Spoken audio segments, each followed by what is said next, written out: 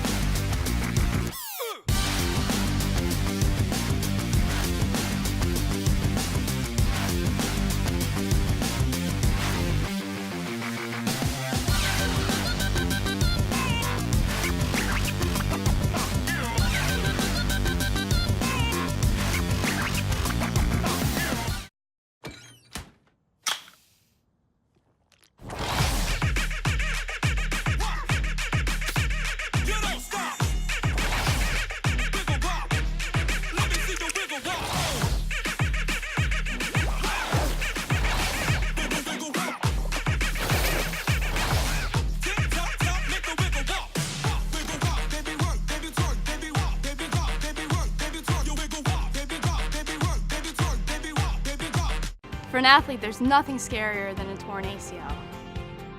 Athletes trust us with their care and their careers because we're a recognized leader in sports medicine. Get back to your active life sooner with MedStar Sports Medicine. Wise Market's ice cream plant is based in Sunbury, Pennsylvania, and locally owned and operated. We've been making our ice cream for nearly 50 years. We create roughly 70 flavors of ice cream right now.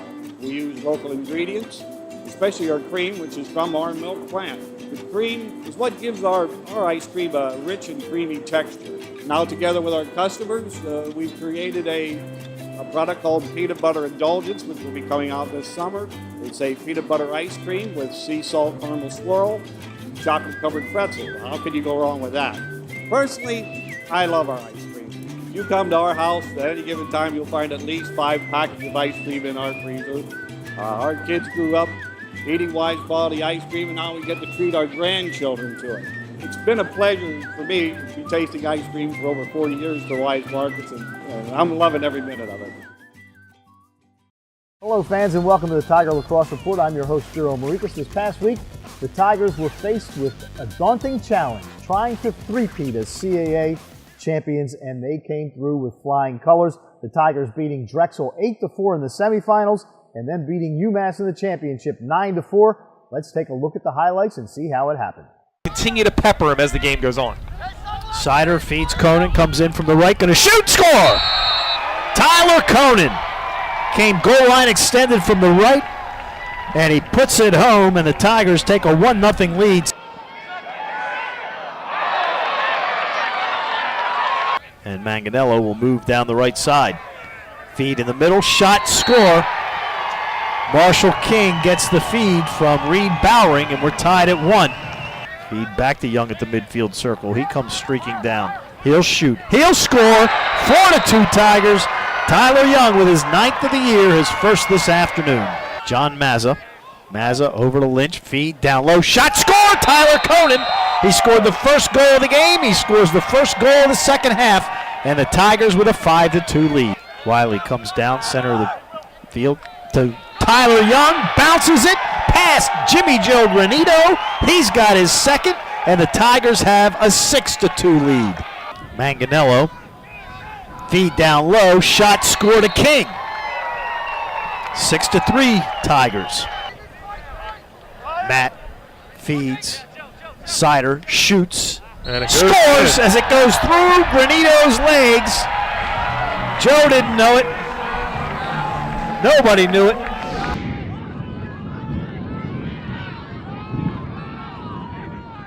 Well, we're worried his transition and extra mans. Zach Goodrich comes down and scores. Zach Goodrich with his 7th of the year as he brought it over midfield, came down and just knocked it home. Lynch coming down, works it behind the cage to Drenner. Drenner in front, Sider behind the back, shot, and he scores! Joe Sider with his first of the game, 24th of the year, and the Tigers with a 3-1 lead. Feed to Conan. Conan down low. Lynch shoots, scores. Tigers 4-1. Mike Lynch with his first of the day and his 16th of the year.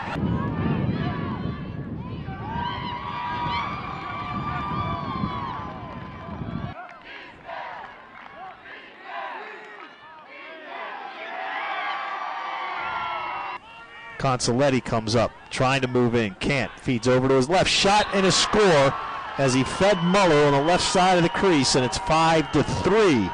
Towson is Muller with his second of the afternoon. It's because I've had my gold and black glasses on. That's right.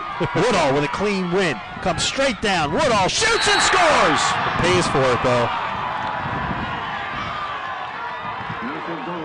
Conan gets it over to Mazza, right side, feet up top to Drenner, who lost it, just flat out lost the ball, rolling loose. And now there's a shot to score for the Tigers, and it was by Shane Rinkus of UMass. He just flipped it over his head, and it went backwards into the goal. As always, I'm joined by the head coach of the Tigers, Shawn Nadelen. And Coach, congratulations on the three-peat. I guess we have to send Pat Riley some money for using that phrase now, but your guys came through beautifully on Thursday against Drexel and then Saturday against UMass. I know you're proud of this bunch.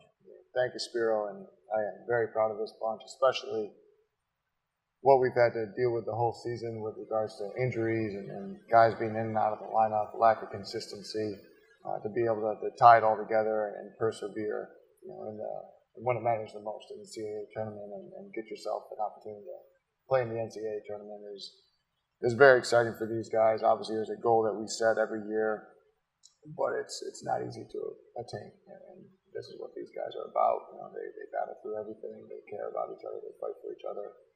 So proud of the senior class stepping up and doing a good job. Really strong defense over the weekend. Really strong defensive effort over the weekend, which we need going forward into the NCAA tournament. When the tournament was over and they made the announcement to the all-tournament team, the most valuable player was Matt Hoy, your goalie. This is a guy that midway through the season had played a couple of minutes, and all of a sudden now he's the outstanding player in the conference tournament. What a story that is.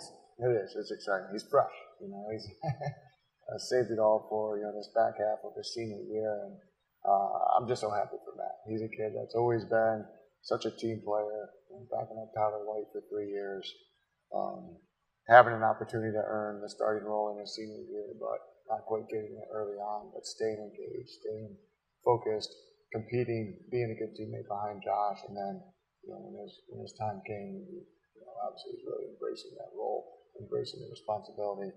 Couldn't be more happy for Matt. Couldn't be more happy for what he's done for our defense, our team as a whole, and our program.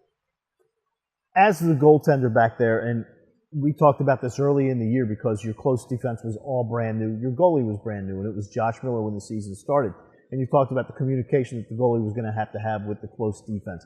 Well, Matt comes in middle of the year now, and he becomes the goalkeeper. How did that communication change? It was nothing too different, I think, for our defense because the goalies have been splitting a lot of time in practice. So it's kind of been 50-50 with regards to how many reps they've been getting with the first defense. So I don't think it's too different in regards to communication.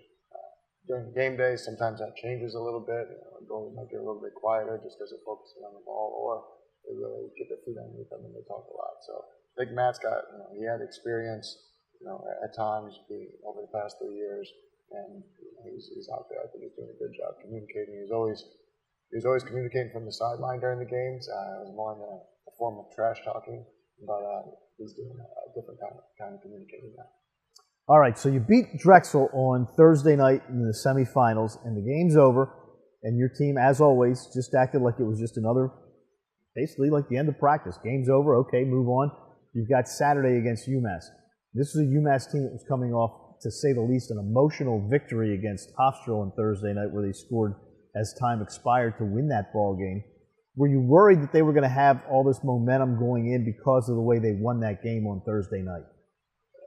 I was concerned a little bit just UMass they bring a fight to every team, but then when they can get an emotional win like that, does that carry that much more for those guys? Because they really do ride on emotion. So I was a little concerned to see how they were going to come into the game, and then two, how we were going to come into the game, but also be able to answer that kind of emotion and stuff from them. So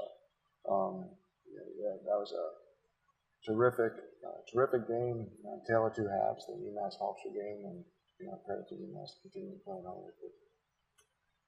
The thing that was surprising was early on was that Alex Woodall was getting dominated at the faceoff circle. he came back towards the end of the game and had a great performance for you, but you guys still led early on. And the first time you played UMass, you jumped out to a 6-0 lead, but it wasn't that way this time. Yeah, we didn't think it would be. Watching UMass really on film the past 3 weeks, preparing for our other CAA opponents, but they were playing UMass, kind of the weeks after we had played them, they're like, oh, cow, who's this UMass dude? I mean, they were slinging the ball, typical aggressive, really physical defense, but I mean, offensively, they were a totally different team. Their face-off guy is always strong, and they continue to show that. But UMass was a team that definitely got better throughout CAA play. They proved that in the tournament. So again, our focus was, we got to understand that these guys are a much better team than what we saw second week into the CAA regular season, and we got to be ready for that. And we got to still do what we do well. It was a battle at the X, which we expected it to be, right down the middle, 50-50. I thought Alex did a decent job, though, this time around, controlling it a little bit more. Obviously got us a big one with the fast break goal, which was huge. And I think that just gave him a little bit more confidence throughout the stretch. So the game's over, and now you got to wait till Sunday to find out who and when you're going to play. But Saturday night, did you have a chance to sit back and say, hey, we've really accomplished something here? 3 straight years winning the CAA championship. It was nice, talking to players after the game and at the tailgate with the parents, just being able to have conversations with them, just how exciting it is, how special it is. And I told the guys that in the locker room after the game. I was just like, obviously we got our focus is shifting towards the NCAA tournament and stuff, but take time to enjoy this. I was like, it doesn't happen often. Fortunately, we've been able to have it happen recently, the past couple of years. It's just like, but we know more than anything this year has been the most challenging with regards to the amount of injuries and then who those injuries occurred to. I mean, Coach Cole Robertson goes down after the Delaware game, and he's out for the season. Right. Bo Licky goes down, and he's out for the CAA semifinal game. He was out for the majority of the Hofstra game. It's like, those are 2 key midfielders in that first top 6. And we got to continue to figure out how we're going to be successful around them. And Lynch and Joe and Jack Adams. Jack Adams missed 2 games this season, 1 in the CAA. It's like, these guys, above all, have understood adversity and how to push through. And I think this year, earning the CAA the way we did through all the adversity, I think it's pretty special. Well, they're all special, aren't they? Like Your children, they're all special. Most of the time. Yeah. That will do it for us today on the Tiger Lacrosse Report. Tune in later this week when we will preview the Tigers' NCAA tournament game against the Nittany Lions of Penn State. For head coach Shawn Nadelen, I'm Spiro Morekas. Thanks for joining us, and as always, go Tigers.